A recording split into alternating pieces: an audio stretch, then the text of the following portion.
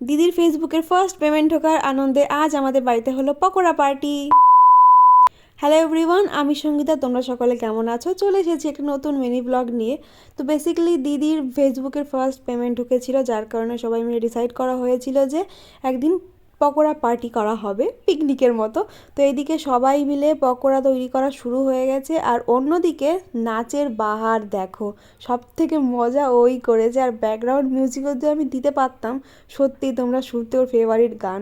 তারপর পকোড়া হয়ে যাওয়ার পর এই দুজন আমাকে পকোড়া এনে দিল খাওয়ার জন্য, আর সত্যি বলছি খেতে না দারুণ হয়েছিল। চিকেন পকোড়া ছিল আর তার সঙ্গে ছিল পেঁয়াজি। আর এমন শীত ছিল সেদিনকে, সবাই নর্মালি ঘুরছে আর আমার অবস্থা দেখো, এত শীত লাগছিল।